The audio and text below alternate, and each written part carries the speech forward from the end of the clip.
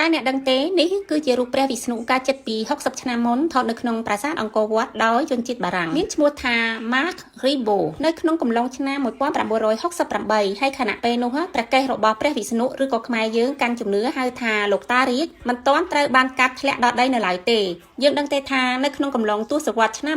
1980នឹងឈ្មួញទុច្ចរិតបានចូលកាត់ព្រះកេសព្រះអង្គដើម្បីលក់ដូរក៏ប៉ុន្តែសំណាងល្អពួកឈ្មួញទុច្ចរិតទាំងអស់នោះមិនទាន់បានជញ្ជូនចេញក្រៅផងអ្នកយាមថែនៅតំបន់អង្គរក៏ដឹងហើយក៏លើកយកព្រះកេសរបស់ព្រះអង្គយកមករក្សាទុកនៅសារមន្ទីរជាតិឯទីក្រុងភ្នំពេញបន្ទាប់មកព្រះកេសសាងសង់អំពីស៊ីម៉ង់ក៏ភ្ជាប់នឹងដងខ្លួនដើមនៅឯប្រាសាទអង្គរវត្តនោះរហូតដល់ទសវត្សរ៍2000ទើបបានអាជ្ញាធរដឹកព្រះកេសដើមពីសារមន្ទីរជាតិនៅឯទីក្រុងភ្នំពេញដើម្បីតភ្ជាប់ជាមួយនឹងដងខ្លួននៅឯប្រាសាទអង្គរវត្តដូចយើងឃើញសប្តាហ៍ថ្ងៃហ្នឹងអញ្ចឹងតាមតំបន់ប្រាសាទនានាដែលកសាងឡើងដោយបុព្វបុរសខ្មែរភាគច្រើនយើងឃើញមានរូបបដិមាព្រះវិស្ណុក្នុងព្រហ្មញ្ញសាសនាខណៈពេលថ្មីនេះសៀមថៃបានបំផ្លាញព្រះវិស្ណុ